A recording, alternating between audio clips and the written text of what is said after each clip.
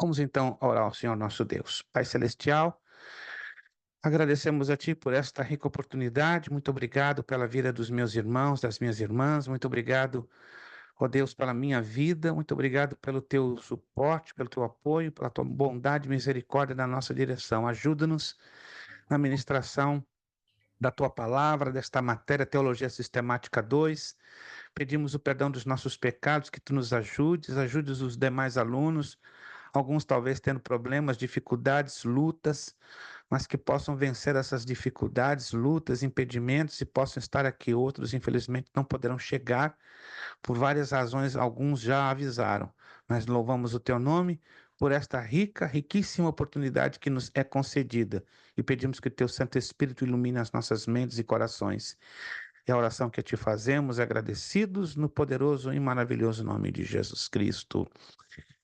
Amém e amém. Estamos hoje, se não me trai a memória, posso estar errado, acredito que não. Estamos na nossa quinta aula da nossa matéria de Teologia Sistemática 2. Está passando rápido demais da conta, meu Deus. Quinta aula da nossa matéria de Teologia Sistemática 2. Hoje é segunda-feira, 12 de agosto de 2024. Segunda-feira, 12 de agosto de 2024. Estamos na página 25, somente recapitulando o que eu já falei agora há pouco. Nós, na parte da tarde, ou seja, um pouquinho mais de uma hora, nós fizemos a postagem de um áudio, avisando a vocês que vamos fazer uma reestruturação drástica de uma parte dos exercícios para facilitar ao máximo a vocês. Então, fiquem ligados que na quarta-feira, no finalzinho do dia, eu vou estar postando no grupo, no formato de foto e no formato PDF, esse novo bloco de exercícios que tem como objetivo facilitar ao máximo, né? Eu vou colocar um bloco de exercícios mais didático para os irmãos e para terem melhor facilidade de memorização, tá? E aí vocês já poderiam fazer os exercícios para a gente começar a corrigi-los na próxima segunda-feira, né? Porque a prova vai acontecer no dia 9 de setembro, né? Já havíamos avisado, né? Dia 9 de setembro, e a nova matéria começaremos, permitindo Deus, no dia 16 de setembro. Estamos falando ainda de amartiologia, não é? A doutrina do pecado. Para algumas pessoas, acredita, é desagradável estudar a doutrina do pecado, né? Mas se nós observarmos, né? Eu creio que já fiz essa menção ou nesta aula, ou em alguma outra aula, outra turma.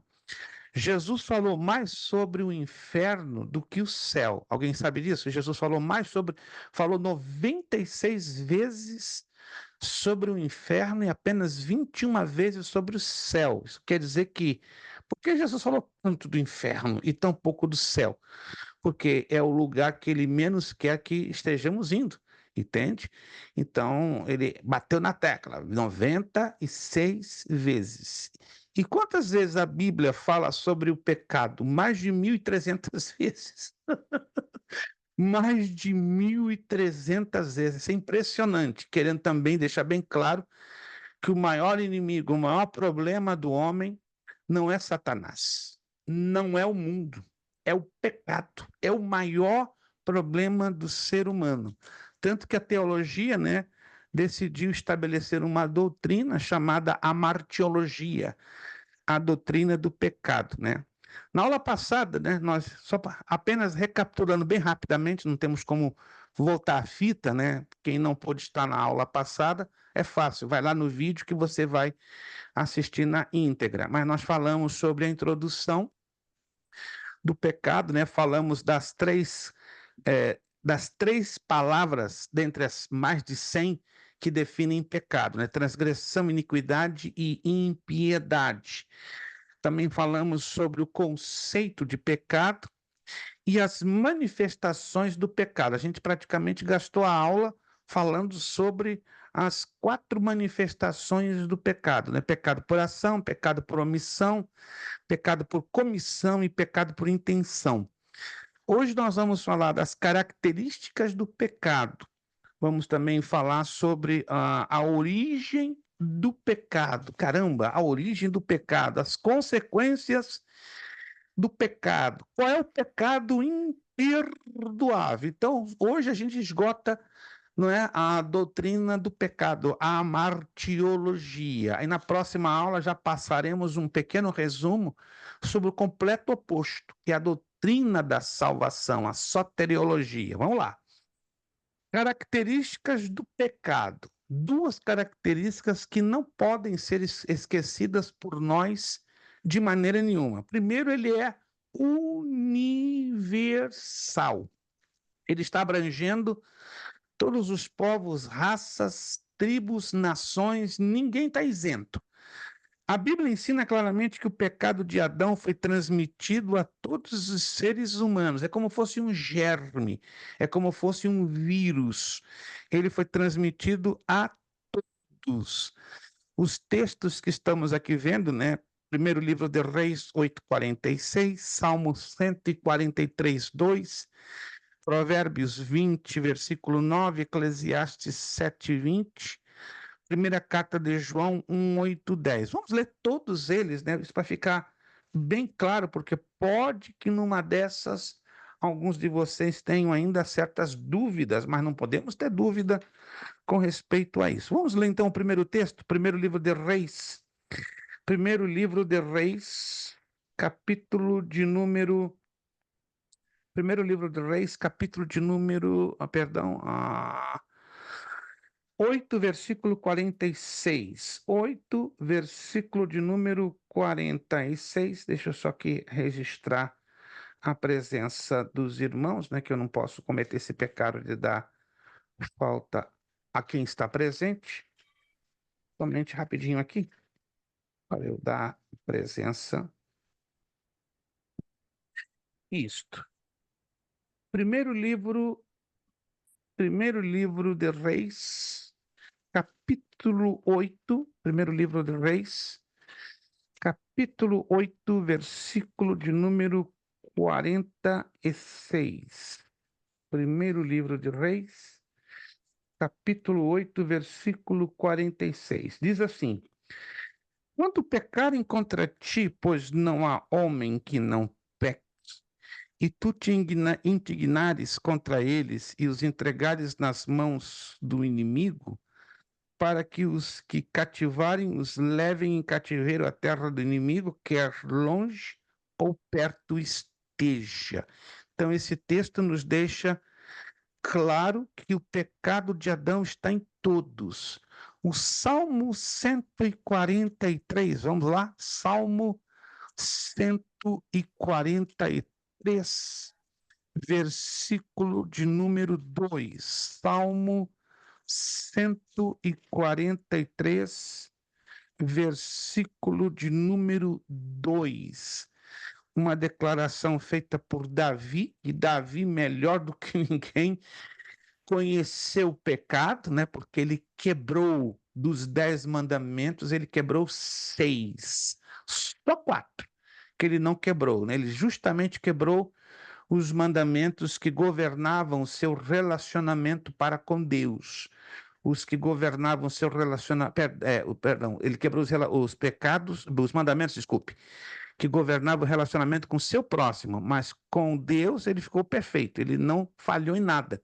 Teve um bom relacionamento com Deus, mas ironicamente quebrou os mandamentos que governavam o seu relacionamento com o próximo. Salmo 143, versículo 2 diz Davi: e não entres em juízo com teu servo, porque a tua vista não se achará justo nenhum vivente. Eita, ninguém é justo.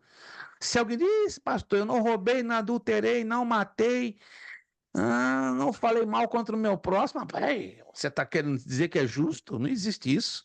A Bíblia é taxativa. Não existe justo. Provérbios, capítulo 20, versículo 9. Provérbios, capítulo 20, versículo 9. O que diz lá o sábio Salomão, né, que também conheceu de perto o pecado e as suas consequências. Provérbios 20, verso 9. Quem poderá dizer, purifiquei o meu coração, limpo estou de meu pecado? Caramba, ninguém consegue fazer esse tipo de afirmação, tem que ser muito atrevido para dizer, estou limpinho da Silva. Não, não, só pelo sangue de Jesus é que temos uma parte desta limpeza, mas a essência do pecado continua em nós. Eclesiastes. Muito bom a sua lembrança, irmão José Carlos, né? Está lá em Isaías 64:6. A nossa justiça como trapo de imundície. Mas não sei se vocês já ouviram falar que esse texto está lá em Isaías 64:6. No original em hebraico ele é muito pesado, pesado, tanto que Almeida, quando viu o texto no hebraico, ele, por uma questão de pudor da época, no século XVI, não, eu não posso colocar isso não, eu vou ser excluído e até expulso da comunidade do meu país, né? Então ele teve que trocar a expressão literal do hebraico por trapos de imundícia. Alguém sabe qual é o original desse texto? Ele é forte, ele é pesado, ele agride até o sentido do pudor de acordo com a cultura, né? Acredito que qualquer cultura, quando lê esse texto no original em hebraico, é chocado. Qual que é o Ninguém... texto, pastor? Isaías 64:6. No original em hebraico, ele é pesado. Ou seja, Deus fala ao profeta Isaías dizendo que a justiça do homem é comparada a tal coisa. E na cultura judaica era escandaloso falar disso. Escandaloso, mas Deus usou Isaías para escancarar o negócio. Mas Ferreira de Almeida, quando fez a tradução do hebraico para o português, pelo pudor da época, né, em Portugal, imagina, em Portugal do século XVI, Ferreira de Almeida traduzisse ao pé da letra. O rei de Portugal mandava cortar o pescoço dele, porque era uma falta de pudor, de educação, era tipo o mesmo que você dizer tá ficando pelado, tá aparecendo a sua genitália ou coisa dessa natureza. Ninguém sabe qual é a expressão original desse texto? É pesado, eu vou dizer aqui para vocês, né? No original, Isaías 64:6 diz que vossas justiças são semelhantes ao trapo apodrecido de menstruação. Ao trapo apodrecido de menstruação. Porque não havia absorventes higiênicos na época. Haviam pedaços de panos que eram usados para reter o fluxo menstrual. E quando isso acontecia, dependendo de mulher para mulher, as irmãs sabem disso, eu falo com profundo respeito, né? Sem aqui faltar com o decoro e com a educação, dependendo de mulher para mulher, o fluxo menstrual para algumas é excessivo, é muito. Tanto que existem absorventes higiênicos que têm o maior poder de retenção. Mas mesmo naquela época que não existia, por mais que se colocassem trapos, quando haviam casos de mulheres que tinham tanto fluxo, que não havia retenção suficiente. E aí ficavam no seu corpo com horas e horas, e imagine, um clima seco e altamente quente. Como é que ficava isso no corpo da mulher e o cheiro que desprendia? Era um cheiro insuportável, um cheiro apodrecido. E aí Deus usa essa situação da cultura judaica para dizer a Isaías, ó, escreve aí, meu filho, a justiça do homem é semelhante a trapo podre de menstruação. Isaías Uau! 64:6. 64:6. No hebraico é pesadíssimo. Poucas são as traduções que conhecemos que trazem ao pé da letra. Que eu me lembre, a de Lutero, de 1522, do alemão, a de Diodati em italiano, e uma tradução do ucraniano. Que eu me lembre, são 3 traduções, não é, que trazem ao pé da letra do hebraico para os seus idiomas respectivos. Nem o inglês, nem o francês, nem o espanhol, nem qualquer outro idioma que eu tenha por informação traz ao pé da letra. Isaías 64:6. Só repito, uma tradução em ucraniano, né, que eu costumo ler, uma italiana, a de Diodati, e a de Lutero, de 1522, do alemão. Essas sim trazem ao pé da letra, tanto que choca. Né? Tá lá o camarada estudando em alemão Isaías 64:6, ele se assusta. A mesma coisa a tradução em italiano de Diodati. Tem várias traduções, né? Quando o camarada lê essa tradução no italiano, também se assusta. E aí não consegue acreditar. Por que está essa expressão tão dura, tão pesada? É quando você vai no hebraico e descobre que se trata dessa situação, né, que realmente Deus se obrigou a colocar para mostrar o nível de iniquidade Mulher do também, ser pastor. humano. A Sim, mulher também, nesse período, ela era considerada imunda, né? imunda, exato, né, porque o próprio livro de Levítico estabeleceu as leis, né, da pureza e da impuridade, ou do não puro, entende? E neste período que a mulher estava com o ciclo menstrual, o fluxo menstrual, ela tinha que ficar o quê? Separada, destacada da comunidade judaica, né? E isso coloca o homem separado, que é da presença de Deus. É uma comparação dura? É, porém muito real, em comparação ao que a questão do que era impuro aos olhos de Deus ali na comunidade judaica. Vamos a Eclesiastes. Será que já lemos Provérbios 29? É, isso. Eclesiastes 7:20. Eclesiastes, capítulo 7, versículo de número 20. Na verdade, não há homem justo sobre a terra que faça o bem e nunca peque. Salomão, melhor do que ninguém, também sabia disso, né? Porque ele pecou, adorou a deuses estranhos, serviu a demônios e se inclinou para os deuses de 1.000 mulheres, né? 700 mulheres e 300 concubinas. Vamos à primeira carta de João. Primeira carta de João, capítulo 1. Esse texto, eu creio eu, é bem conhecido. Primeira carta de João, capítulo 1, versículos 8 e 10. Se dissermos que não temos pecado, enganamo-nos a nós mesmos e não há verdade em nós. E o versículo 10.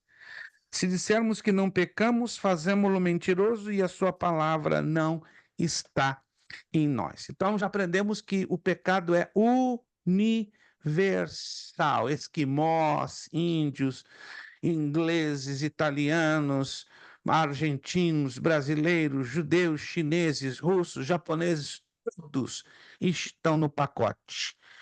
Outro detalhe que devemos ter em consideração: o pecado é de nascença. Entenda, Adão e Eva foram criados, aliás, perfeitos. Perfeitos, totalmente perfeitos. Até o dia que eles lançaram mão da árvore do conhecimento do bem e do mal, comeram do fruto. E aí perderam a sua inocência. E a partir daí, o pecado se transforma transferível, se converte em algo transferível às futuras gerações. Por isso que diz que ele é de nascença. O pecado está presente na natureza humana tão cedo que não possibilidade de ser considerado como resultado de imitação.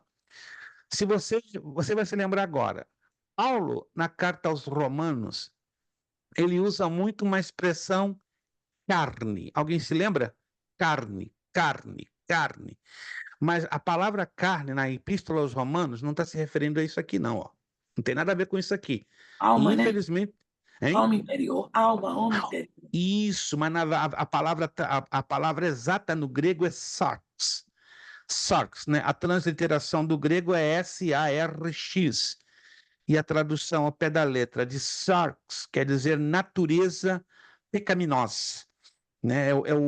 É a parte da alma que está completamente contaminada pelo pecado de Adão e Eva, tá? Então, tem traduções no inglês que mostram a natureza pecaminosa, sinful nature. Se não me engano, a New International Version traz, né? A nova versão internacional em inglês traz sinful nature, ao invés de dizer carne. As outras traduções da Bíblia em inglês fala flesh, né? Carne, como fosse algo físico, algo humano, algo como fosse um tecido, certo? Mas a tradução correta ao pé da letra do termo grego é natureza pecaminosa. Então, nascemos com essa natureza pecaminosa. O único ser humano, preste atenção, que vocês vão se lembrar disso, que nasceu nesta vida, que nasceu nesta terra, não herdando a natureza pecaminosa. Quem foi? Isso é fácil. Jesus. Jesus. É o único. É o único, porque para que haja a natureza pecaminosa transmissível, tem que haver a relação sexual completa entre um homem e uma mulher. Não estou dizendo que não houve essa relação entre José e Maria, só que aí não funcionou o sêmen, né, de José para fecundar o óvulo de Maria, porque não foi o sêmen de José que fecundou o óvulo de Maria. A Bíblia é taxativa, foi o poder do Espírito Santo que fecundou o óvulo de Maria. Dessa forma, claro, Jesus teria que nascer perfeito. E nasceu perfeito, ainda que, como diz a carta de Paulo aos Filipenses, capítulo 2, a semelhança de homem. Olha que interessante, né?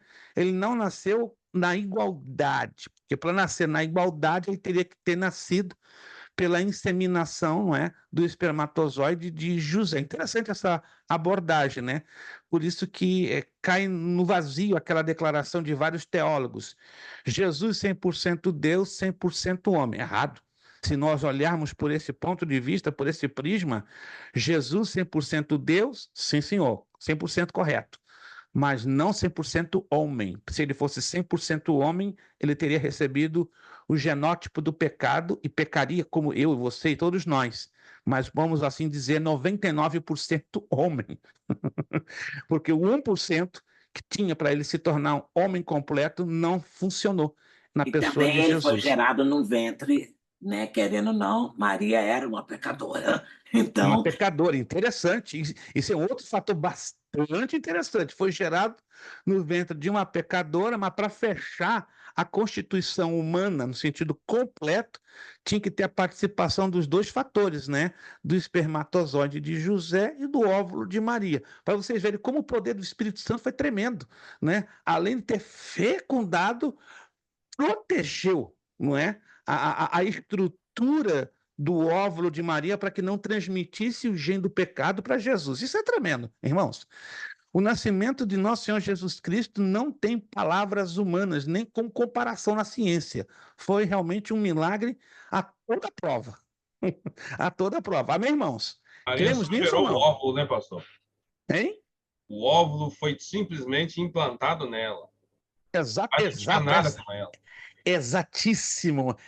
Se a gente for explicar pela biologia e pela medicina, o óvulo que foi implantado, olha só, não teve a ingerência ou a interferência do espermatozoide, como é normal.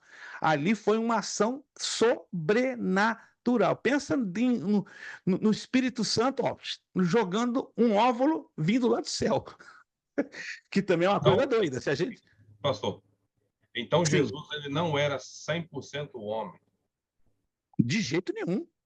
99%, porque a carta aos Filipenses, me permitam ler aqui no capítulo 2, bem rapidinho, já que nós estamos falando de pecado, e uma das provas bíblicas que nos atestam que Jesus jamais poderia ter pecado e jamais poderia ter gerado o gene do pecado, está ali no capítulo 2.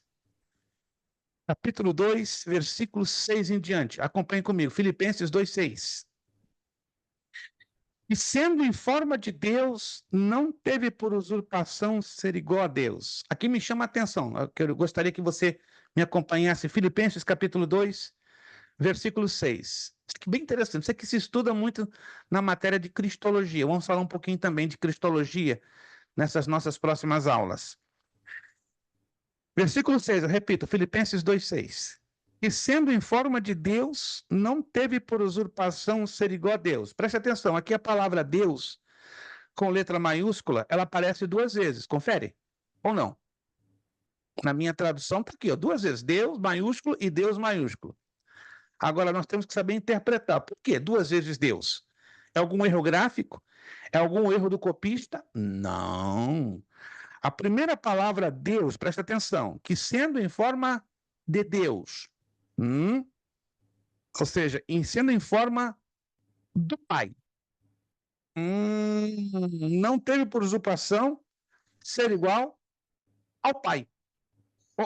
Então, as duas palavras Deus aí têm alusão direta a quem? Ao Pai. Ou, se você não sabia, anote aí, ó. E sendo em forma de Deus, ou seja, tendo a forma do Pai, não teve por usurpação ser igual ao Pai. Porque quando estudamos a doutrina da Santíssima Trindade, descobrimos que Jesus não é o Pai, que o Pai não é Jesus, e que Jesus não é o Espírito Santo, que o Espírito Santo não é o Pai, que o Espírito Santo não é Jesus. Porque são três pessoas em separado. Três pessoas, porém constituintes de um só Deus. Vai entender isso? Não entenda. Né? Não entenda. A Trindade é um mistério fantasticamente lindo. Isso. Obrigado, irmão José Carlos, pela postagem. Está nos ajudando, ó. Nota 20, pelo irmão. Mas veja bem, veja só que interessante. Aí no versículo 7. Mas aniquilou-se a si mesmo. No grego, anulou a sua glória. Ou seja, ele deixou praticamente a sua glória no céu, aos cuidados do Pai. É a tradução ao pé da letra do grego. Mas aniquilou-se a si mesmo, ou despojou-se da sua glória, tomando forma de servo, assumindo o quê? E fazendo-se, olha só o texto, fazendo-se semelhante aos homens. Está na sua tradução aí, em Filipenses 2,7. Fazendo-se semelhante. Há uma diferença entre você dizer fazendo-se igual aos homens e outra diferença está em fazendo-se semelhante. Então, Jesus não poderia fazer-se igual aos homens, porque se ele se fizesse igual aos homens, ele teria o espermatozoide, né, a ação do espermatozoide de José. E aí não teria sido o Espírito Santo que fecundou ou colocou, como diz o irmão José Carlos, o óvulo lá do céu no ventre de Maria. Mas o texto, o grego é claro, e no português ficou um pouco mais claro, né? Semelhante, fazendo-se semelhante aos homens. Versículo 8. E achado na forma de homem, humilhou-se. Deus se humilhou, ou seja, Deus desceu da sua glória, da sua forma nada física, eterna, maravilhosa, perfeita, empírica, sem formato humano. E isso quer dizer humilhação. Desceu, ele foi até o patamar que se encontra a mim e a você. Ele chegou a um nível diante da glória altíssima, lá do Todo-Poderoso, chama-se humilhação. Um exemplo, digamos que irmã Jane fosse uma deusa. A deusa, em vez de ser Deus, deusa. Eu vou ter que me rebaixar a ser um ser humano? No sentido pleno da palavra, isso é humilhação. É como um rei fazer-se mendigo por amor ao seu povo. Nenhum rei que eu saiba na história universal se fez mendigo por amor ao seu povo, por mais que amasse o seu povo. Jesus é o único rei que se fez mendigo, literalmente falando, mendigo, por amor a mim, a você, a todos nós. Pastor, aí o senhor está falando aí, assim, a gente vai falando, a gente fica assim, pensando numa coisa linda aqui, porque olhando essa semelhança entre Lúcifer e Jesus, quer dizer, olha para você ver a origem do pecado, se a gente realmente quiser nos analisarmos a cada dia, dá uma olhadinha na nossa atitude, na atitude de Cristo, como Cristo se esvaziou, ele poderia, quer dizer, poderia ser igual a Deus, mas ele não quis, já Lúcifer, ao contrário, né? Lúcifer já ele era bem menor, né? Que ele foi criado inferior ao Filho de Deus, mas ele queria ser maior, quer dizer, a gente olha essas aplicações, essas raízes do pecado, é uma raiz santa, né? Que é a raiz que vem em Cristo Jesus. Qual é a diferença quando em nós brota isso aí de querer ser mais, né? De estar sempre no top? Quer dizer, o próprio Cristo ele desceu, ele não quis. Ele poderia ser, né, pastor? Mas ele não Sem quis. Dúvida. Sendo ele Deus e filho de Deus. Ele escolheu a não ser, quer dizer, e já Lúcifer, pelo contrário, ele não era e queria ser. Né? Exato. Na teologia se usa uma expressão, o querubim ungido se ufanou. O que é ufanar-se? querer abraçar aquilo que não lhe pertencia, sendo superior acima do que ele já era. Ele Uhum. já era um querubim ungido, respeitado por todas as miríades celestiais. O texto de Isaías 14 e Ezequiel 28 já diz que ele era lindo, belo, perfeito, era o selo da perfeição. Caramba, não tinha outro mais bonito do que ele. Mas ele não queria só ser o selo da perfeição, ele queria mais. Ele queria o trono do Senhor Jesus Cristo, como diz lá em Isaías 14, ele queria assumir as extremidades do norte, ele queria Jesus, ele queria o lugar de Jesus, ele queria, se possível, até mesmo o lugar de Deus Pai, mas isso aqui arrebentou. Há um livro que eu recomendaria, ele não está mais no mercado. É um livro forte. Se você gosta de um livro de teologia, aqui, ó, dá um estouro na sua cabeça, anote aí: Síndrome de Lúcifer, Caio Fábio de Araújo Filho. Esse livro foi lançado há mais de 30 anos. Irmãos, que livraço! Ah, Se você. deve ser, porque se você quer analisar suas atitudes, se ela Hum, realmente tem origem no pecado, tá aí, ué. Se tem a raiz luciferiana, meu filho, sai e fora. Entra com a raiz esse, de Cristo. esse livro, irmãos, na época, em 1987, abalou. Abalou. Eu tenho 3 exemplares dele, tem um até fechadinho na embalagem, estou até para dar de presente a um pastor amigo, mas não se vende mais. Se você encontrar em algum lugar no Brasil, você está abençoado. Um livraço, não é muito grosso, mas traz umas verdades de calado bíblico fortíssimas, né? O pastor Caio Fábio de Araújo Filho foi muito feliz em fazer as abordagens bíblicas, mostrando o que leva um cristão e até um pastor ter a semelhança de Lúcifer. Forte isso, muito forte. Síndrome de Lúcifer é o livro, ele tem uma capinha azulada. No Amazon, há 2 anos atrás tinha, mas a um preço exorbitante, de US$ 90. US$ 90. Mas se você encontrar esse livro à disposição no Brasil ou aqui, me deixe saber, porque tem vários alunos, mais de 50 alunos, né, nas outras turmas distribuídas, que estão interessados neste livro. Eu tenho falado muito desse livro, não conheço nenhum livro semelhante em inglês, porque na época foi um boom, tanto que ele foi traduzido em espanhol e em francês. Em inglês eu desconheço. Fez um sucesso tremendo, tremendo. Mas vamos lá. Como já falei, o pecado é de nascença. Salmo 51:5. Vamos ver o que Davi fala sobre a natureza do pecado como algo que já nasce conosco. Ah, pastor, então uma criancinha de colo já tem esse pecado? Tem. Só que ele está adormecido.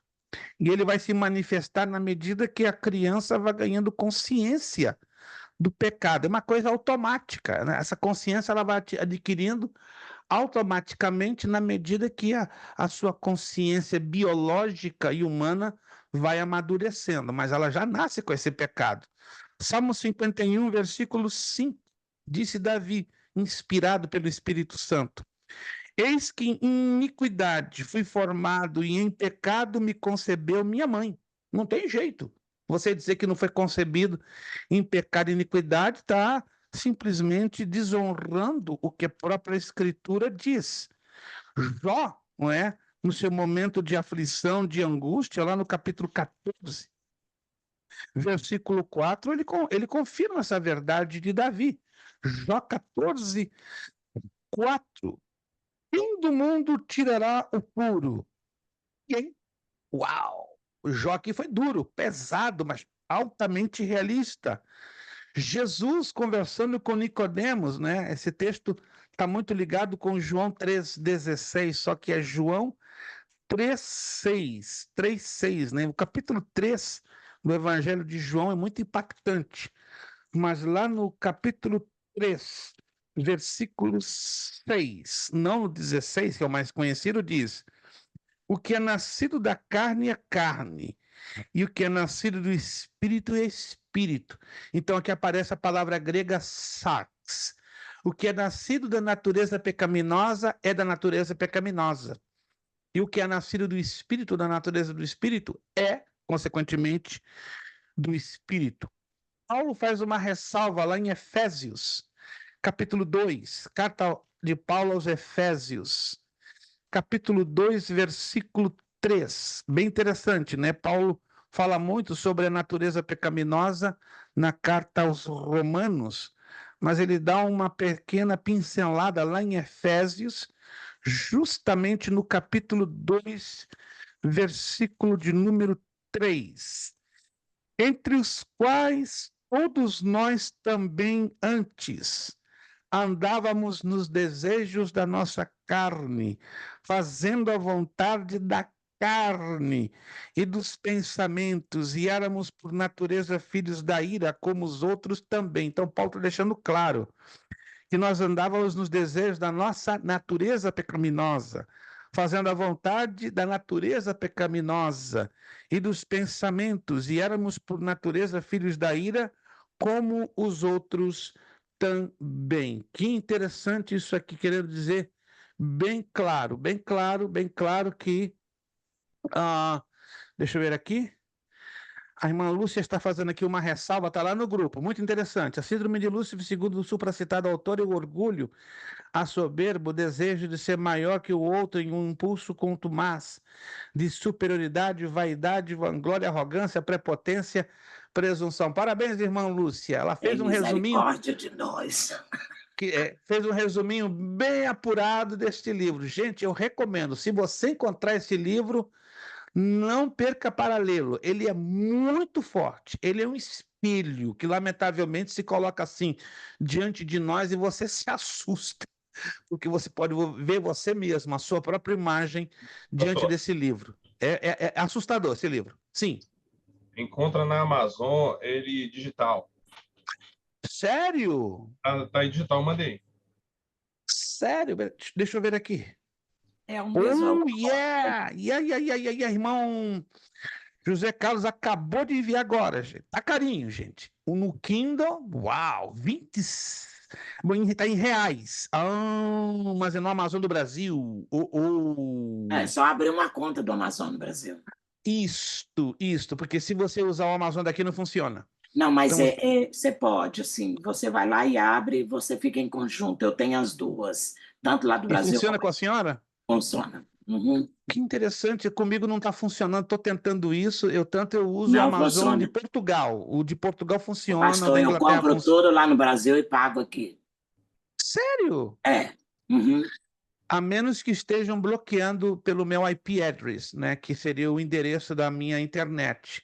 Mas se a senhora consegue, parabéns. Bom, vocês tentem, se vocês conseguirem, como meu anúncio está tentando, porque o Amazon daqui não tem, porque está pelo Amazon do Brasil, né? Está aqui, amazon.com.br, né? Não, pelo Amazon do Brasil está um bom preço, R$ 27,93, mesmo sendo um Kindle. Uau, uau, uau, uau. Deixa eu ver se eu clico e funciona. Deixa eu ver aqui. Eu vou tentar clicar aqui. Tem muito tempo que eu não compro. Eu vejo depois, com calma. Eu vou tentar e aí eu digo para vocês que eu tenho o meu Kindle, né, no meu iPad. Se aparecer lá, então eu consegui fazer a compra dele aqui. Aí você precisa ter o aplicativo Kindle, né, ligado à sua conta, né? Ou seja, no seu aparelho Android ou no seu aparelho Mac ou iPad. Quem tem iPad funciona fantástico, né? Tem o iPad, tem uma tablet Android, então funciona maravilha, né? Eu vou fazer depois da aula esse teste, né? Se der certo, eu aviso a vocês que dê certo. Tá bom, irmão José Carlos, obrigado mesmo, né? Porque em papel eu estou tendo dificuldade de encontrar este livro. Vamos lá. Eu encontro lá no Brasil. Eu tenho uma livraria lá que ele encontra tudo para mim. Tem certeza? Sim. Rapaz, me manda o endereço e o número, por gentileza, depois em privado.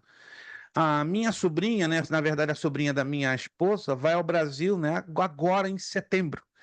E ela já tem da minha parte uma mala inteira que ela vai me trazer do Brasil de livros, né? Já vou pagar para ela o excesso, né? Vou pagar $100, ela vai me trazer uma mala, cheinha, Uau. cheinha, né? Eu vou incluir então, se eu conseguir esse contato aí com seu amigo, se ele tiver esse livro disponível, eu vou trazer do Brasil uns 10. Sim. Um vai ficar comigo e o resto eu vou dar de presente aí para os alunos. Ou vou sortear. Comprei com ele, Tá? pastor, a coleção Champlin, a mais antiga.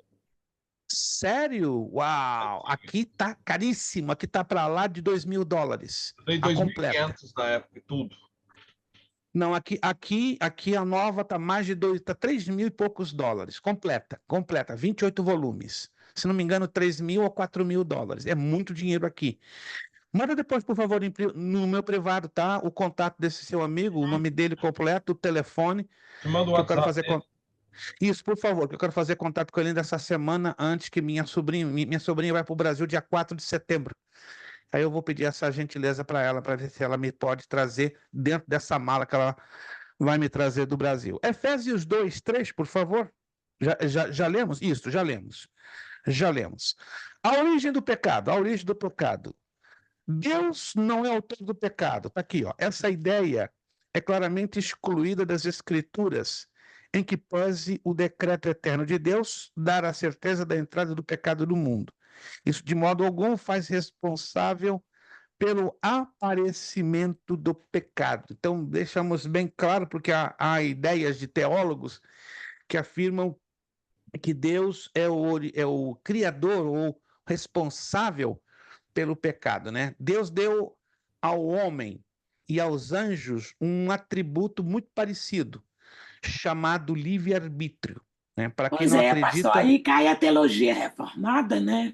Que o homem totalmente. já vem pré-determinado, quer dizer, todas as suas Não. ações já vem pré-determinado, aí quer dizer, Eu é, admito aqui, com todo respeito, eu sei que tem adeptos e amantes da teologia reformada, eu também sou um amante parte são, da teologia reformada, porém em parte.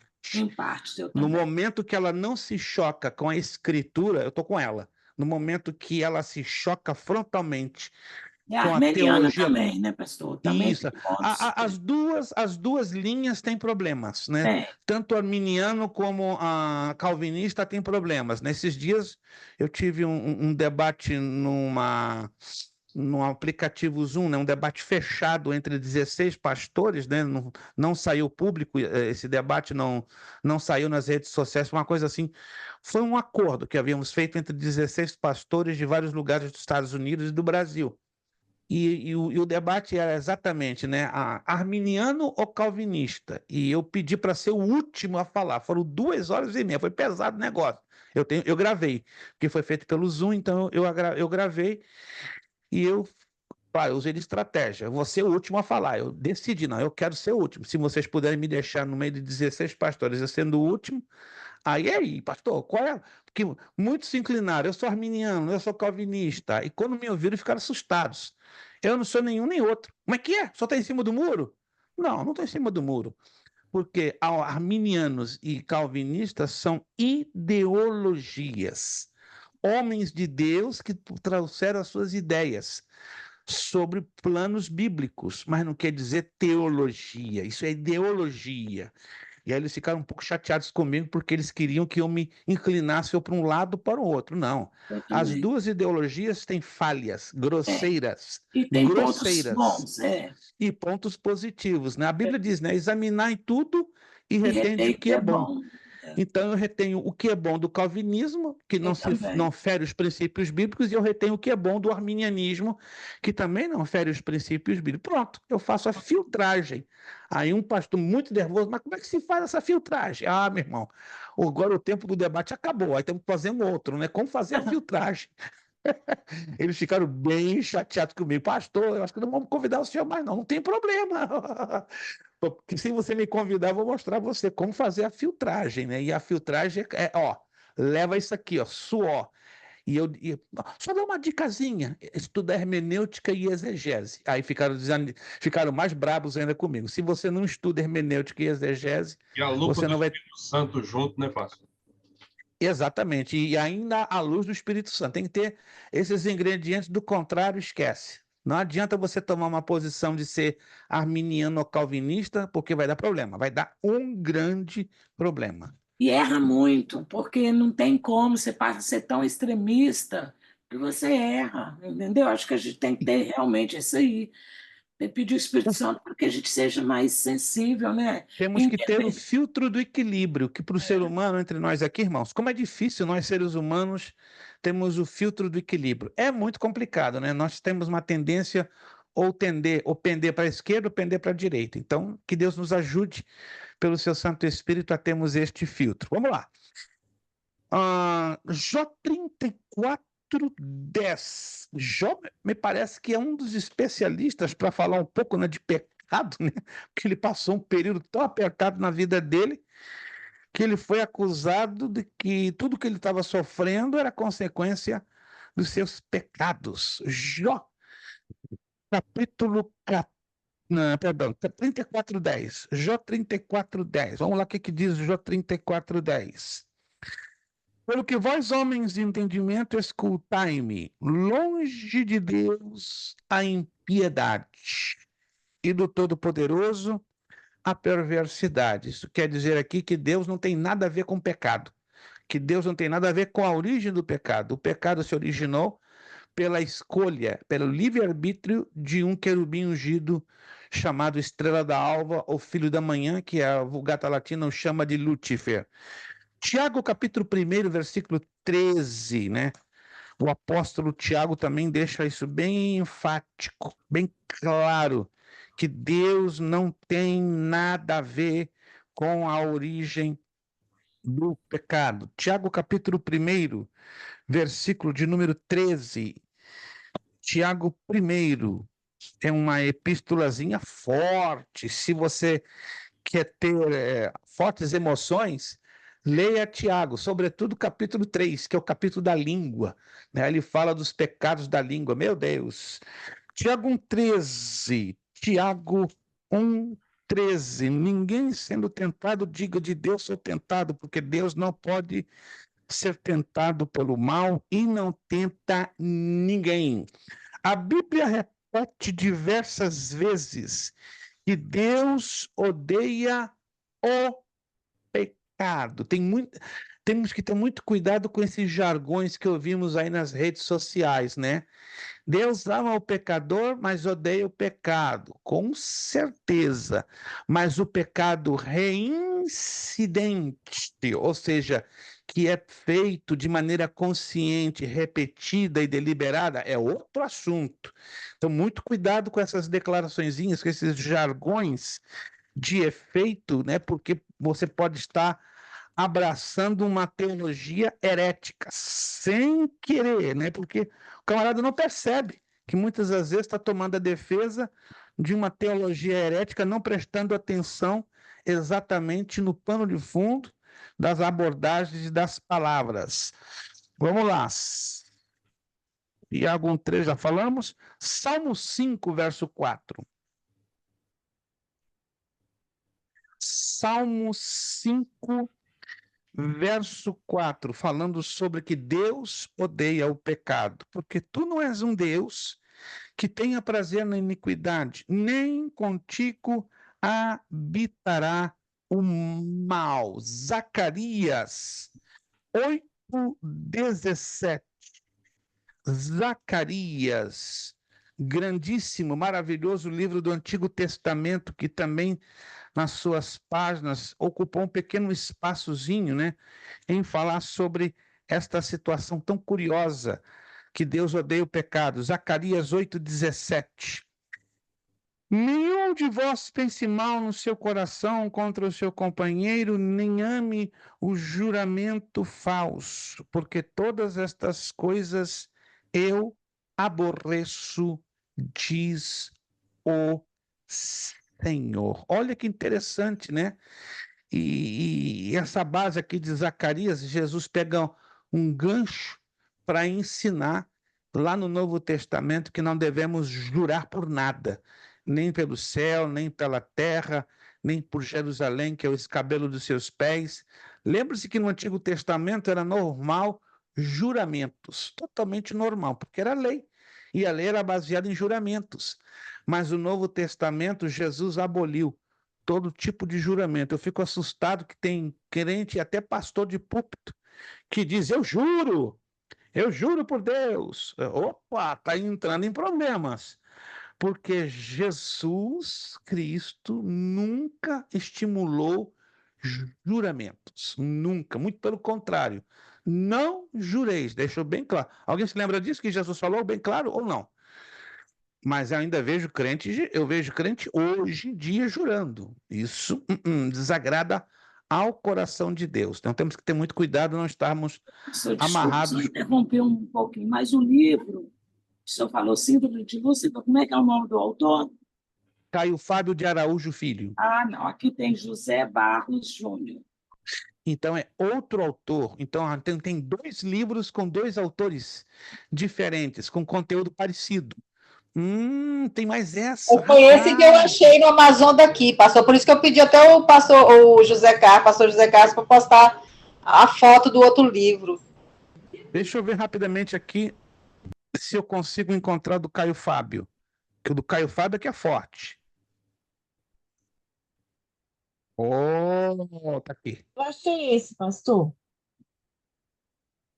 Se está Caio Fábio de Araújo Filho, sim. Se não, É aqui tem uma Caio Fábio de Araújo Filho. Isto, aqui, ó. Aqui está, esse aqui. Ok. Esse é o formato digital. Perfeito, irmã Maria Mandrinha, perfeito. Esse é o formato papel. Ó, esse aqui. Mas esse não tem no estoque do Amazon daqui. Esse aqui, ok? Esgotado. Esse que a irmã Maria está postando aí, ó. Tá esgotado. Tá esgotado ele. Não, Por esse isso que eu livro é vi do fantástico. Irmão José Carlos, se o seu amigo tem esse livro, olha, eu acho que vou comprar todo o estoque dele. Eu já mandei para o senhor o contato dele. Eu vou comprar todo o estoque dele. Se ele tiver disponível. Sério, tô falando sério. Não estou exagerando uma palavra. Deixa eu ver aqui se eu recebi. Não recebi. Isaac. No seu No privado? Não recebi. Não recebi ainda. Não. No meu privado não recebi nada por enquanto. Vamos ver aqui. Termina com 8215 o meu número, 8215. Não recebi, mas tranquilo. Que Okay. até a pastor, metade esse aqui eu achei no Amazon do Brasil. Entendeu? É de Seth Iná. Não é esse o autor. Ele é da editora Dialética, mas não é esse autor. É semelhante. Feito, recebido, mas aí o irmão mandou para o grupo, não mandou para mim. Isaac Marques, e Livraria Evangélica. Perfeito, eu transfiro lá para o meu privado. Deixa eu mandar para o privado. Perfeito. Aí eu já deleto do grupo. Isso. Perfeito. Deletei do grupo. Já mandei para mim. Obrigado, irmão José Carlos. Perfeito, meus irmãos. Eu vou ver se eu consigo, então, esse livro, né, lá no Brasil, dependendo do valor que haja lá no Brasil. Até, de repente, eu compro todo o estoque.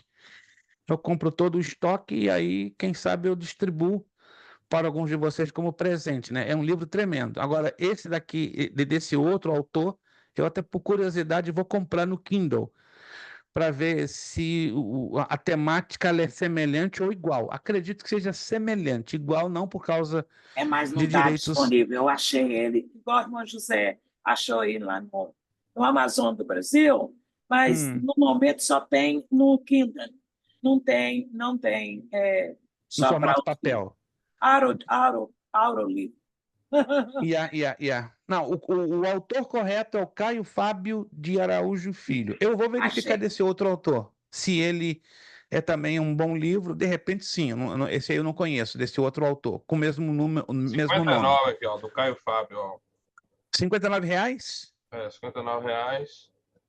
Seria um pouquinho mais de $11. Tão bom preço. Então, excelente preço. Uau, tá fantástico. Não, por esse preço tá fantástico. R$59 está um excelente preço. Não, de repente, vamos lá. Se seu amigo tiver, dependendo do número que ele tem, eu até pego o estoque dele todo. Tem, mas só tem no Kindle, só para ouvir ou então para ler. Tá vendo aí? No Amazon do Brasil. Perfeito. Eu vou verificar como é que eu consigo fazer isso, e aí eu vou assim, tentar. pastor, só vai no Amazon do Brasil, certo. Abre uma conta, ok? No Amazon do Brasil, e usa seu mesmo cartão que você usa daqui, ok? Mesmo cartão. Perfeito. Só isso, que eu consigo comprar tudo lá no Brasil e pago o meu cartão aqui, me cobra aqui tudo. Fantástico, fantástico. Vou fazer esse teste entre hoje e amanhã, né? Eu conseguindo, eu lhe dou um toquezinho, mas desde já agradeço essa grande gentileza da sua parte. Lucas 16:15. Vamos lá? Lucas 16:15. Estamos ainda na origem do pecado, deixando bem claro que Deus não é o autor do pecado. Lucas 16:15. Disse-lhes: Vós sois que vos justificais a vós mesmos diante dos homens, mas Deus conhece o vosso coração, porque o que entre os homens é elevado perante Deus é abominação. Então, está bem claro que Deus não tem nada a ver com a origem do pecado, não é autor do pecado. Número 2, o pecado originou-se no mundo angélico. Olha que interessante. O pecado originou-se no mundo angélico, ou seja, com o filho da alva, estrela da manhã, conhecido como Satanás ou Lúcifer. Agora, preste atenção aqui às duas abordagens que eu quero fazer. O primeiro pecado, a nível universal, nasceu no mundo angélico, que foi o pecado da rebeldia. Mas o pecado que entrou no homem foi a desobediência. Então, a origem foi a rebeldia no mundo angélico, mas entre os seres humanos foi a desobediência. Aí eu tenho uma Tanto- pergunta, pastor. Se Sim. quando a serpente virou para Eva e disse assim aqui, não, o negócio é o seguinte, que o dia que você comer do fruto, você vai ser como Deus. Quer dizer, o mesmo sentimento que ele queria ser.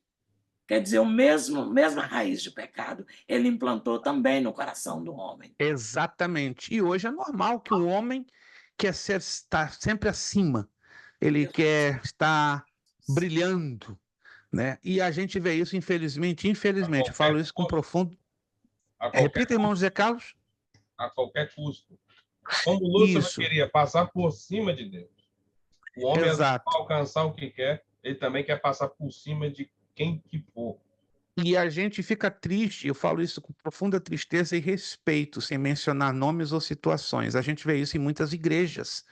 Obreiros querendo estar acima de outros, obreiros querendo destacar-se acima de outros, obreiros e até pastores querendo serem donos da obra de Deus, né? Pastores que até se sentem ameaçados por seus membros estarem estudando teologia. Não estou querendo aqui jogar verde para colher maduro, mas nós já vivemos algumas experiências estranhas, né?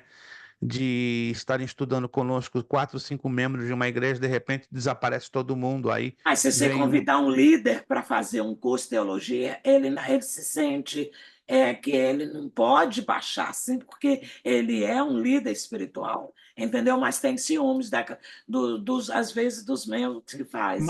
mas existem exceções, irmã Lúcia. Eu vou dizer agora bem abertamente, estou muito surpreso. A turma da terça-feira está vivendo uma experiência muito linda, né? Um dos nossos alunos é evangelista de uma congregação de um ministério grandíssimo em Connecticut, chamado a de Filadélfia.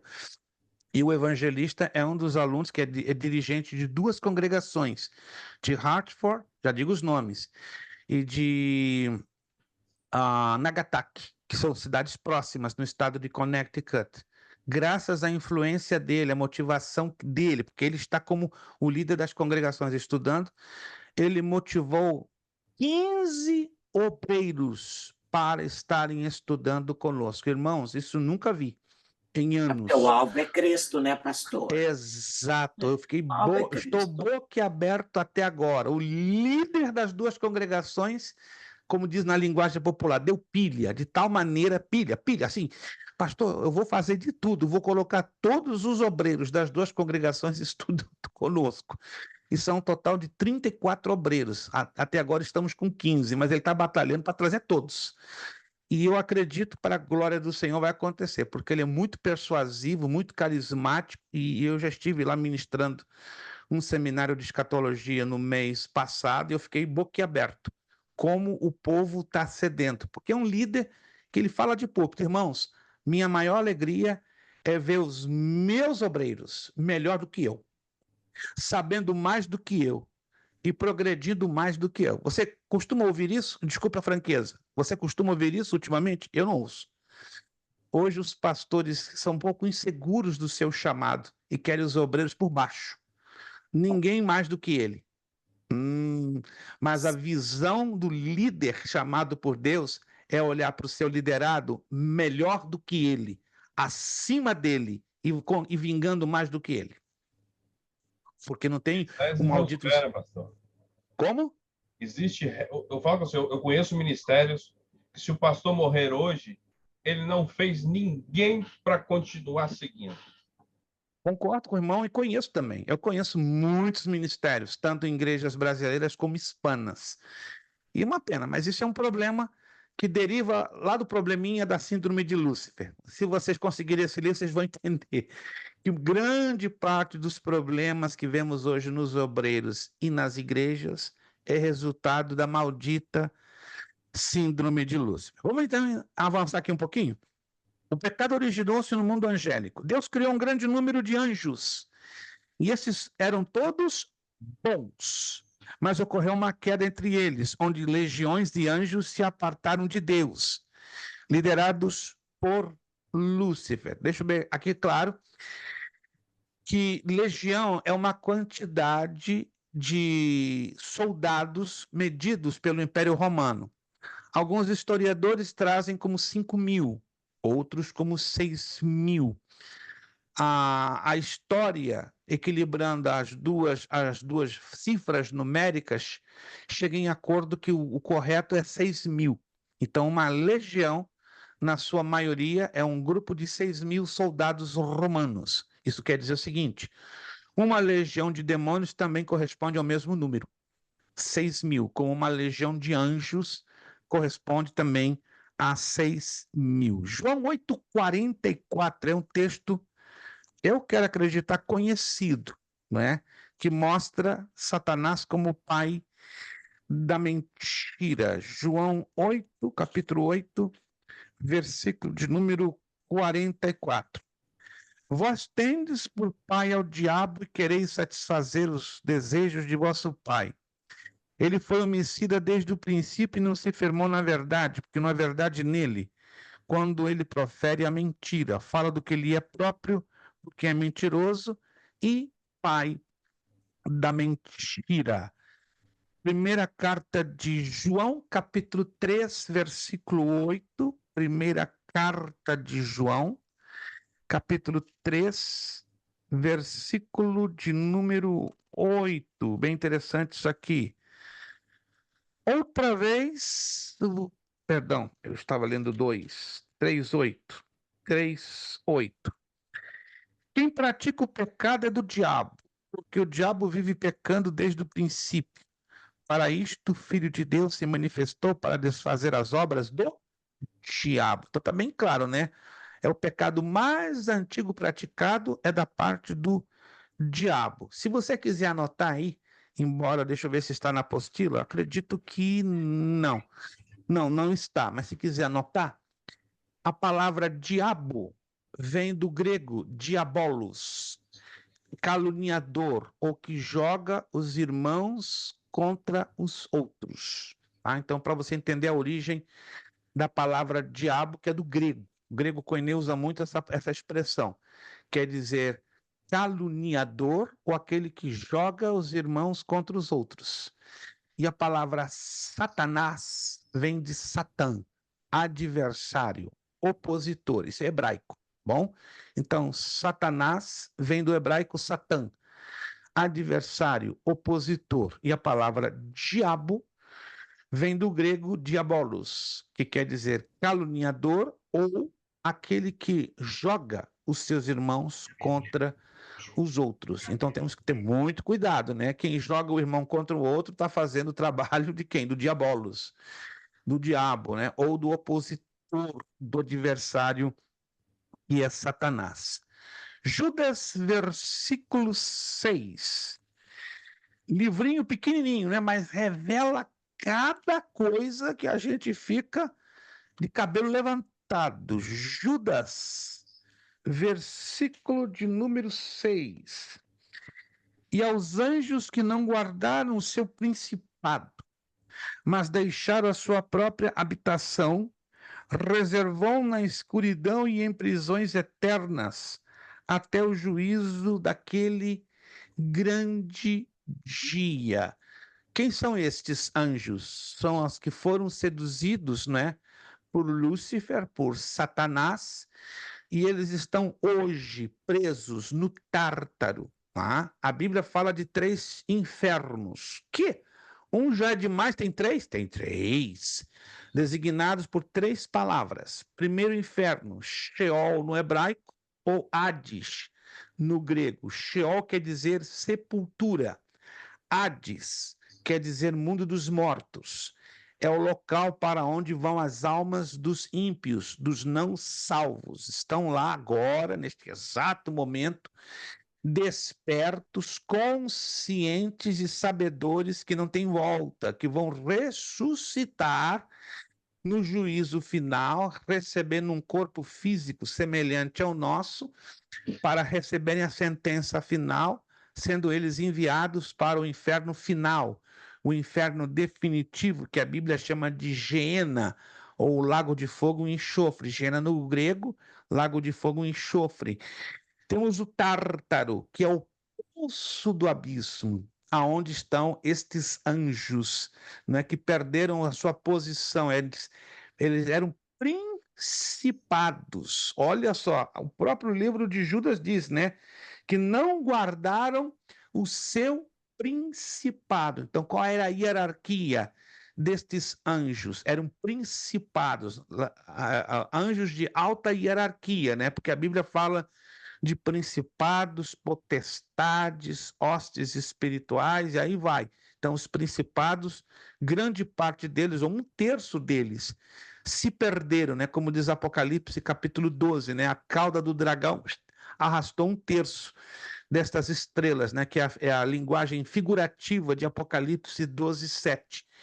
E a Bíblia, então, já nos identifica quem foram esta terça parte de estrelas. Foram 1/3 parte de principados. Virando a página, temos 25 minutos para fechar nossa aula.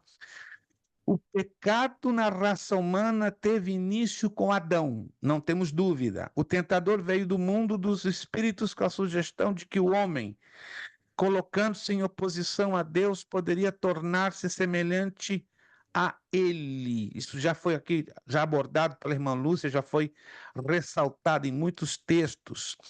Este primeiro pecado de Adão trouxe efeitos sobre todos os seus descendentes, né? Romanos capítulo 5, versículos 12, 18 e 19, nos dá um detalhe sobre isso. Nós vamos omitir a leitura deste texto. Peço que vocês depois leiam com mais calma.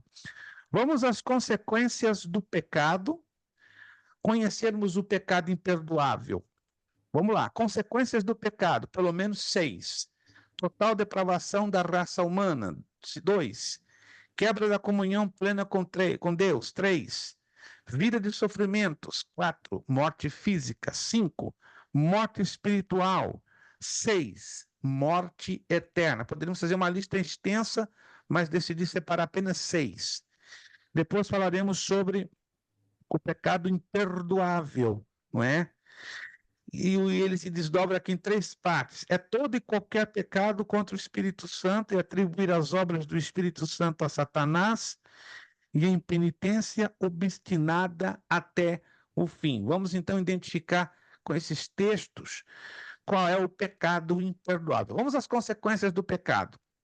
Toda a depravação da raça humana, o contágio do pecado espalhou-se imediatamente pelo homem todo, contaminando todos os poderes e faculdades do seu corpo e alma. Olha que coisa impressionante. O pecado teve um efeito tão devastador que a nossa alma, mente, emoções, vontade e o nosso corpo caíram num prejuízo tremendo. Creio que vocês já devem ter lido em algum lugar.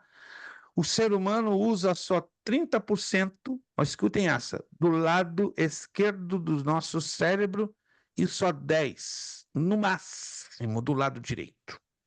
30 e 10%. Adão usava 100. Opa, 100. Por isso que ele deu o nome a todos os animais. Acredita-se, embora não há uma cifra, um número exato, mas mediante muitas pesquisas feitas durante mais de 500 anos, supõe-se, ou acredita-se, ou deduz-se que Adão deu o nome a mais de 14 milhões de espécies de animais. Hoje temos menos de 5.200.000. Mas antes do dilúvio, acredita-se que haviam mais de 14 milhões de espécies. E aí Adão deu nome um a um. Sejamos sinceros, tem que ser um homem com uma capacidade cerebral fantástica. Por isso ele usou 100% de ambos os lados do cérebro. Mares. Mas Como? Dos mares. Não entendi. Como Adão utilizou isso? Os animais que vivem embaixo d'água. A Bíblia não dá detalhes. Mas acreditamos que isso não é uma hipótese nem uma conjectura, vamos dizer assim, descabelhada ou meia doida. Acreditamos, eu pelo menos acredito, que Deus fez com que esses seres aquáticos, por algum tempo, viessem à tona, não é? Em alguma praia, alguma encosta marítima, para dizer: Adão, como é que isso aqui vai se chamar? Tubarão. Esse, baleia. Esse, cachalote. Esse, tilápia. Esse, bluefish. Loucura, tal. Na nossa cabeça é loucura, porque nossa mente hoje está atrofiada pelo pecado. Mas imagina um espetáculo. Nem no SeaWorld, aqui em Orlando, você vê isso, né? No SeaWorld aqui tem uma baleia branca chamada orca, que ela se levanta assim, ela fica toda empinada e ela atende, né, a voz dos seus treinadores. Agora imagina o treinador chamado o Senhor dos Exércitos, chamando a todos esses animais aquáticos, né, para fazer o quê? Continência a quem? Adão. E Adão dá o nome todo mundo batizado. Como é que é? Faz fila que o homem vai batizar vocês hoje. Exatamente. E foi literalmente isso. Mundo macro e micro. Com certeza Deus deu ele uma visão muito boa. Imagina os animais aquáticos que são menor do que o meu dedo indicador. O irmão já deve ter visto isso em pesquisas de documentários que existe na fauna marítima, peixes menor do que a minha unha, ou que a sua unha. É assustador. Microscópicos. E até eles Adão deu nome. Dá para entender um negócio desse? Não dá. A nossa mente, é muito pequena, é muito atrofiada para nós conseguirmos alcançar a capacidade cerebral que Adão tinha. Quando eu li sobre Albert Einstein, que chegou a ter 567 de QI, de coeficiente de inteligência, eu não consigo imaginar o tamanho do QI de Adão. Possivelmente passava de 3.000, que não existe, né, nos registros humanos. Uma coisa interessante é a transferência desse conhecimento. E é bem interessante. Nós, seres humanos, recebemos 1/1000 do conhecimento que recebeu Adão. Sabe o que é 1/1000? A milésima parte. O pecado nos deixou tão deteriorados, tão arruinados, que só temos a milésima parte de todo o conhecimento que recebeu Adão. Está provado isso. Que coisa impressionante. Ou seja, o nosso cérebro ficou literalmente o quê? Atrofiado. Tirando o fator também da vida humana, né? Lembra-se que Matusalém foi o homem que mais viveu. E isso é literal, não é simbólico. Porque o calendário bíblico, ele gira em torno de 360 dias por ano. Então, ou seja, um ano bíblico tem em torno de 360 dias, que é o mesmo ano do calendário judaico. Então, Matusalém, que diz a Bíblia que viveu 969 anos, no nosso calendário juliano e gregoriano, seriam em torno de 950. Imagina um camarada viver 950 anos. Para com isso. E o pecado reduziu a vida humana a menos de 120. Que é a tradução mais adequada, né?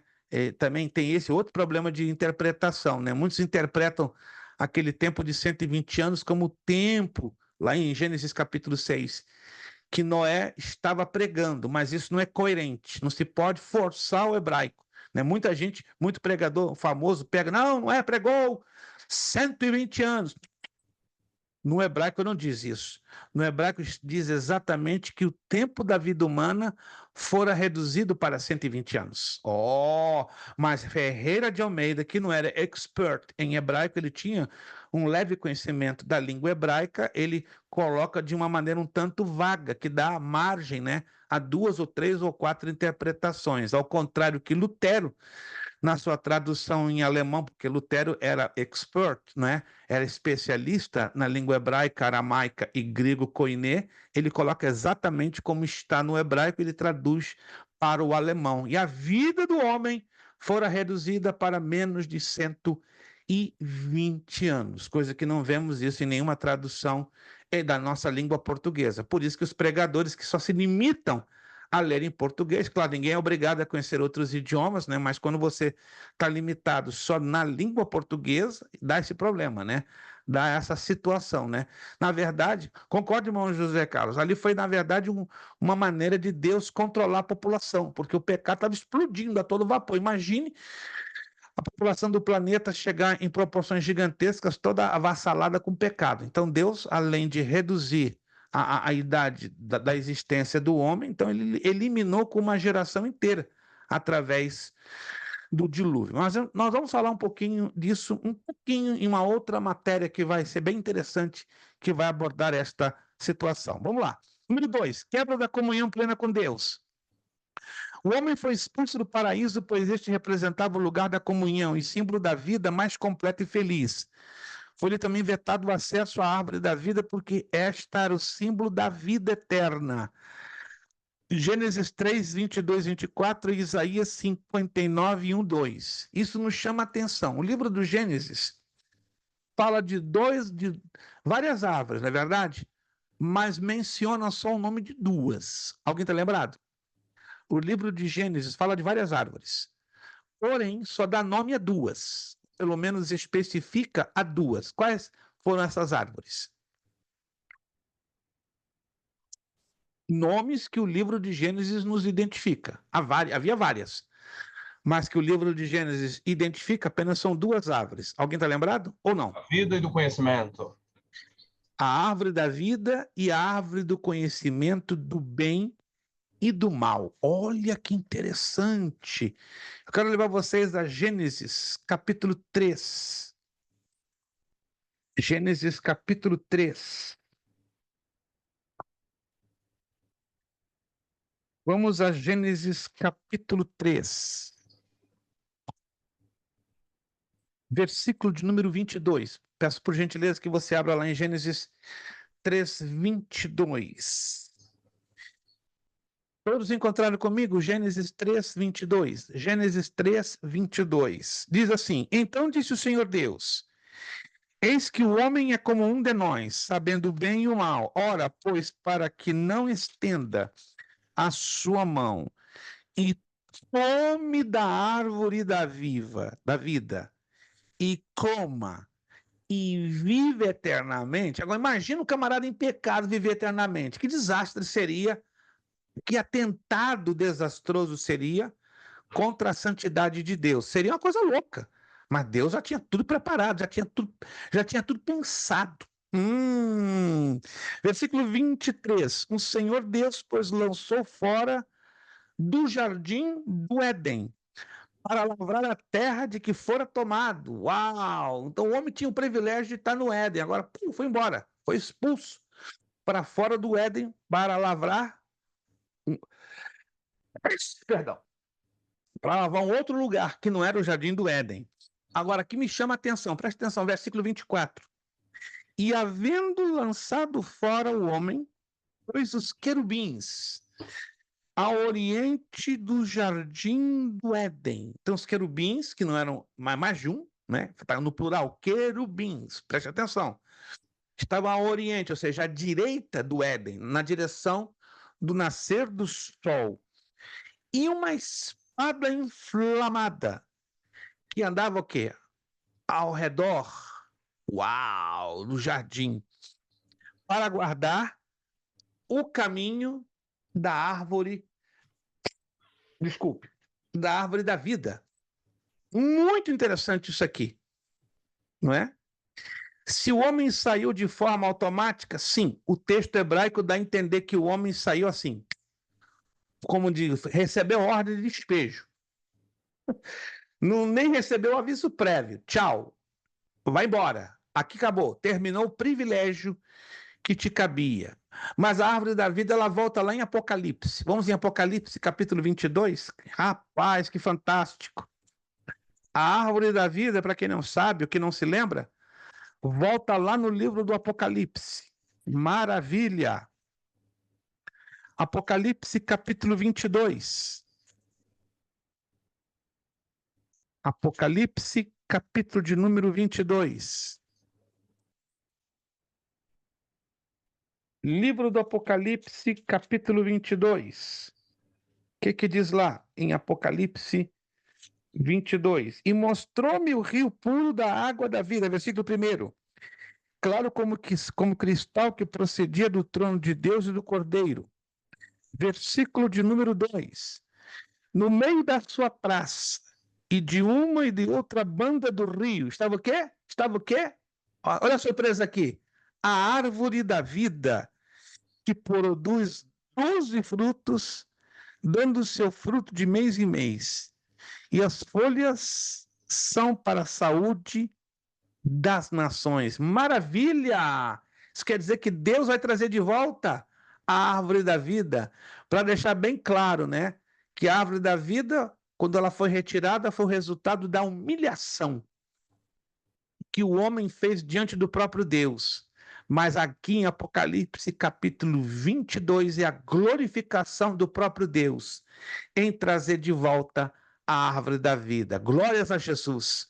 O homem humilhou a árvore da vida, mas Deus está sendo glorificado, será glorificado nos novos céus e nova terra como retorno da árvore da vida. Que lindo, que maravilhoso, né? Que a história humana vai ter um final feliz. Começou com um final bem triste, mas vai ter um final feliz. Esta é o símbolo da vida. E não vamos ler os textos de Gênesis e de Isaías, né? Porque nós sabemos que o que nos separa de Deus são os nossos pecados e as nossas iniquidades. Número 3. Vida de sofrimentos. O pecado produziu distúrbios em todos os aspectos da vida do homem. Sua vida física ficou sujeita a fraquezas e doenças. Sua vida mental sujeita a perturbações angustiantes. Sua alma virou um campo de batalha, pensamentos, paixões e desejos conflitantes. Eu ouvi esses dias um pastor dizendo: pastor, o trabalho é fruto do pecado de Adão. Errado. Ele bateu na tecla. O trabalho, aliás, é fruto do trabalho do pecado de Adão. E eu insisti com ele: é errado. Porque antes do homem pecar, ele trabalhava. Não da maneira que ele passou a trabalhar depois do pecado. Vamos a Gênesis capítulo 3. Isso tem que ser conferido à luz da Bíblia. Falar assim, de qualquer maneira, sem ter... Teu rosto, né? Como? Viverá do suor do teu rosto, da terra vai crescer abrolhos, espinhos. Isso. Capítulo 3, versículo de número 13. E disse o Senhor Deus à mulher: por que fizeste isso? E disse a mulher: a serpente me enganou e eu comi. Versículo 14. Gênesis 3, 14. Então o Senhor Deus disse à serpente: portanto fizeste isso, maldita serás mais que toda besta, e mais que todos os animais do campo, sobre o teu ventre andarás, e pó comerás todos os dias da tua vida. A serpente, acredita-se, era um réptil, parecido ou semelhante ao jacaré ou ao crocodilo. Alguns anos atrás, se não me engano, em 2017 ou 2018, eu assisti uma reportagem no Discovery Channel que vários biólogos europeus, italianos e franceses, dissecando o corpo de várias serpentes do centro da África, descobriram que a composição física, estrutural, original das serpentes era ter patas. E como que eles descobriram, né? Eles tinham capacidade de caminhar como o crocodilo, né? Sobre a questão da serpente falar, é possível, eu não posso afirmar aqui que os animais tinham algum nível de comunicação verbal com o homem. É possível. A maior prova disso é a mula de Balaão, a mula que falou com Balaão. Porque acredita-se que é o próprio pecado, isso aqui é uma hipótese, não estou afirmando que isso é um fato, é uma hipótese, é uma teoria. Por que a mula de Balaão falou? Houve uma ação de Deus em permitir com que o animal falasse. Então, acredita-se, deduz-se que na ausência do pecado do homem na terra, havia algum nível de comunicação verbal entre os animais e os homens. Está provado isso em várias pesquisas da biologia. Não sei se vocês sabem disso, você tem que entrar no Animal Planet, né, que é um canal que tem aqui nos Estados Unidos, no Brasil acredito que tem, eu já vi várias reportagens que vários biólogos fizeram de dissecação de corpos de animais, como de cavalos, de cachorros, de gatos, e descobriram algo muito estranho. O que descobriram? Que todos os animais têm um nível de cordas vocais que com o tempo ficaram atrofiadas. Como é que é? Cordas vocais semelhantes à nossa, como de seres humanos, só que as nossas cordas vocais são muito mais avançadas e desenvolvidas. As cordas vocais, por exemplo, dissecaram um cavalo e descobriram que as cordas vocais de um cavalo é 1/3 em comparação de um ser humano. De um gato é 1/8. De um cão é 1/10 do tamanho. Então, os animais têm um nível de cordas vocais que não é difícil crermos que no tempo de Adão, antes da queda, as cordas vocais dos animais poderiam ter o mesmo calibre, tamanho e função das nossas cordas vocais. Em outras palavras, não é difícil crer na possibilidade que os animais falavam, se comunicavam com o homem. Pode ser um negócio absurdo, né? Coisa de Disney, coisa de Dr. Dolittle, né? Que tem um filme que a Disney produziu algum tempo atrás, chamado Dr. Dolittle, né? Pastor, Irmã Giane tem algo a dizer. Vamos eu lá. imagina a Eva conversando com a serpente. Se eles não falassem, ou se eles não comunicassem com o animal, ela já tinha corrido há muito tempo. Eu não vou muito longe. Eu sei que eu estou para terminar a aula, tem que terminar, não tem jeito. Observem os animais que julgamos irracionais. Você deve ter aí um cachorrinho na sua casa, um gato. Preste atenção no que eu vou dizer. Isso aí não é loucura. Isso é fato. No momento que o seu animalzinho, o seu pet, ele passa por um processo de treinamento, não precisa ser um treinamento longo nem muito complicado. O animal ganha capacidade de compreensão. E alguns deles parecem que entendem tudo que você fala. Na verdade, eles entendem tudo. Só que eles não têm a capacidade de verbalizar. Mas eles demonstram isso por atitudes, por sentimentos. Eu tive um coelho, meu pai foi criador de coelho por um tempo. Gente, é coisa de maluco. Chamava-se Pimpom, o bichinho, Pimpom. Era grande, gordo. Meu pai treinou o coelho de tal maneira que tudo que você falava, ele entendia. Pimpom, você está triste? Ele fazia assim com a cabeça. Era coisa de doido. Parecia um espírito. Falei, meu pai, como é que pode? O animal se comunicava através de gestos. Está satisfeito? Comeu bastante? Está sentindo saudade do pai? Você quer ir para a cama agora? Assim, é impressionante. Gente, é impressionante. Os coelhos, se você colocar ao lado de um gato e de um cachorro, chegam a ser mais inteligentes que os cães e gatos. Até a língua. Você deve ter um... Como? Até a língua. O cachorro foi treinado em inglês, ele não entende o português. Exato, exato. Esse ponto que eu queria chegar, irmãos. Se um cachorro é treinado a ouvir em inglês, se você fala em português, ele não entende patavinas. Alguém já fez esse teste? Eu já. Até cachorro. Meu cunhado tem 2 cães e eles são treinados a ouvir em inglês. Eu chego lá, faço hora com a cara dos bichos. Vocês estão me entendendo? O cachorro fica todo assustado olhando pra minha cara. São 2 pastores alemães. Quando eu chamo eles em inglês, eles entendem perfeitamente. A minha cachorra que faleceu em dezembro, ela entendia os 2 idiomas. Era incrível. Eu conheci uma cadela, né? Uma husky. Faleceu, ela viveu 17 anos. Ela entendia 4 idiomas: francês, espanhol, inglês em português. Gente, o que é isso? Cachorro poliglota? Olha, você pode não acreditar. Eu vivi essa experiência há anos. Esse cachorro não era meu, era do meu vizinho, que meu vizinho era diplomata. E ele ensinou essa cadela. Eu fiquei, rapaz, é Deus na causa. Porque Tem ser cachorro mais humano inteligente do que ser humano. tá aí. Concordo com a senhora, sabe por quê? O pecado no ser humano atrofiou a nossa capacidade cognitiva, capacidade de aprendizado. No animal, não. Se você treina o animal às vezes dá goleada, dá banho de inteligência. E a gente tem ainda o atrevimento, não é? Digamos, o atrevimento, essa é a palavra certa, dizer animal irracional. Irracional somos nós, porque o pecado nos fez irracionais. Alguém está me entendendo, gente? O pecado nos fez irracionais. Pastor, aproveitando que o senhor está falando aí de pecados, deixa eu fazer uma perguntinha bem rapidinha, que eu sei que a aula já está findando. É errado se falar, eu escuto muita gente falar isso, que tem pecados maiores que outros. É errado essa expressão, a gente falar que existem pecados maiores que outros? Biblicamente, sim.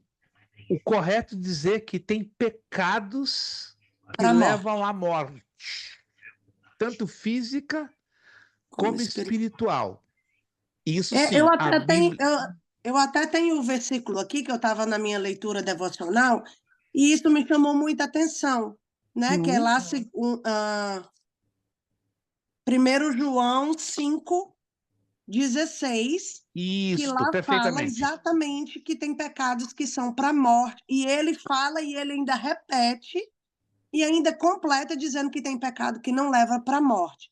Então, só para eu não ficar com nenhum tipo de dúvida, os pecados que levam à morte seriam os pecados que estão listados lá em Gálatas, as obras da carne, ou engloba vários outros? Engloba vários outros. Eu vou falar isso com mais detalhes na próxima aula.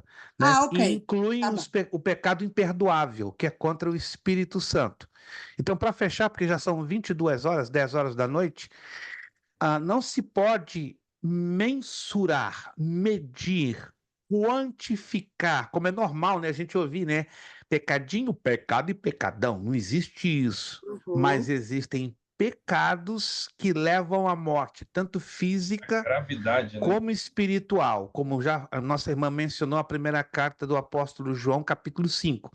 E eu quero ter um pouquinho mais de tempo para ampliar esta definição bíblica e teológica, porque na cabeça de muita gente ainda cria confusão, cria dúvida, cria polêmica, não é?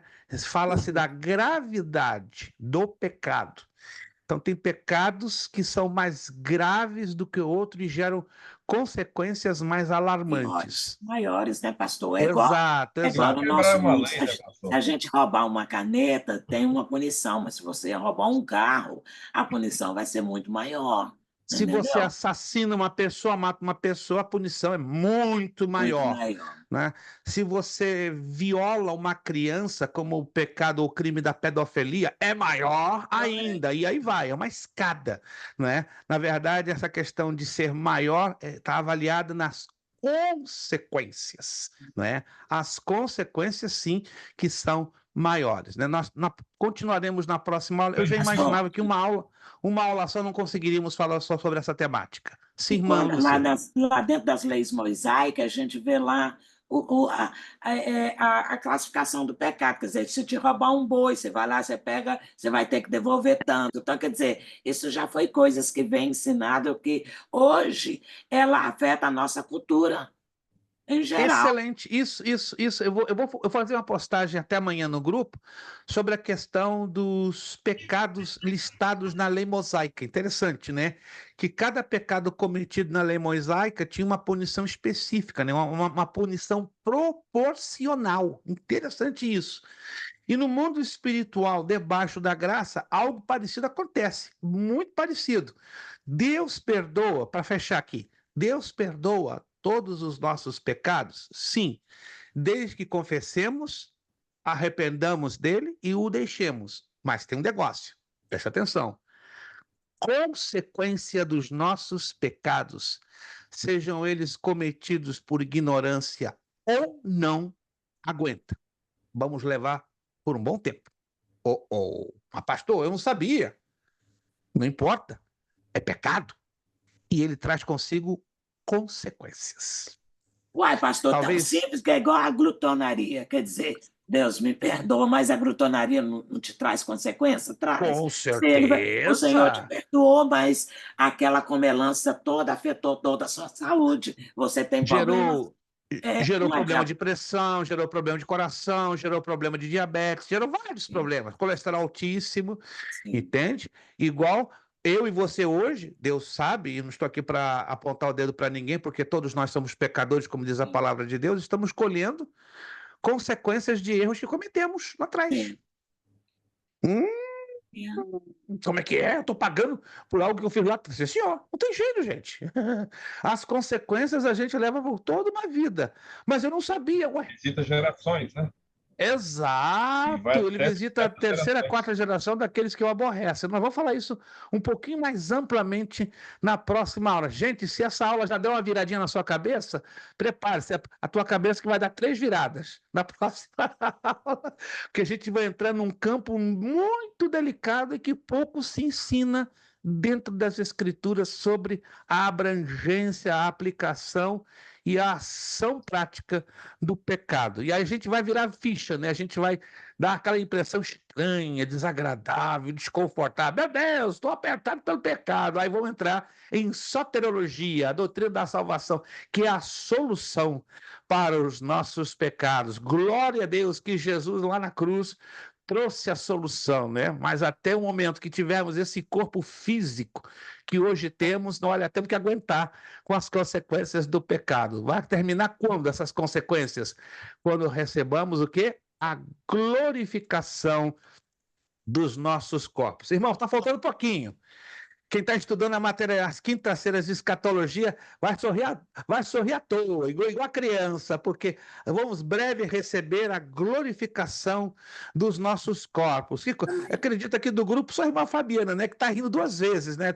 Ela está chorando na segunda e está rindo na quinta. Então, equilibra, né? Na segunda ela chora. Ei, pai, eu tô aprendendo sobre pecado, o negócio está amargo, está duro, mas ela se consola na quinta, né? Que ela está estudando a solução, o escape, né? Através da glorificação e da promessa da vinda de nosso Senhor Jesus Cristo. Irmãos, Deus falou alguma coisa conosco pela sua palavra no dia de hoje? Eu creio que sim. Se não falou, então o teu pecado está te deixando bem sensível à voz do Espírito Santo. Que Deus nos quebrante e nos dê sensibilidade a ouvir a sua voz. Então, próxima aula, nós continuamos no ponto 3, consequências do pecado, morte física, morte espiritual. Vamos falar sobre o pecado imperdoável. E quando você fica triste, desanimado, ouvindo tanto sobre pecado, aí vamos virar ficha. Vamos entrar na doutrina da salvação, soteriologia. Amém? Vamos agradecer ao Senhor nosso Deus, pedir com que a sua bondade, a sua misericórdia seja sobre cada um de nós. Vamos pedir nosso irmão José Carlos de Souza, né? Tá lá no lugar bonito, né?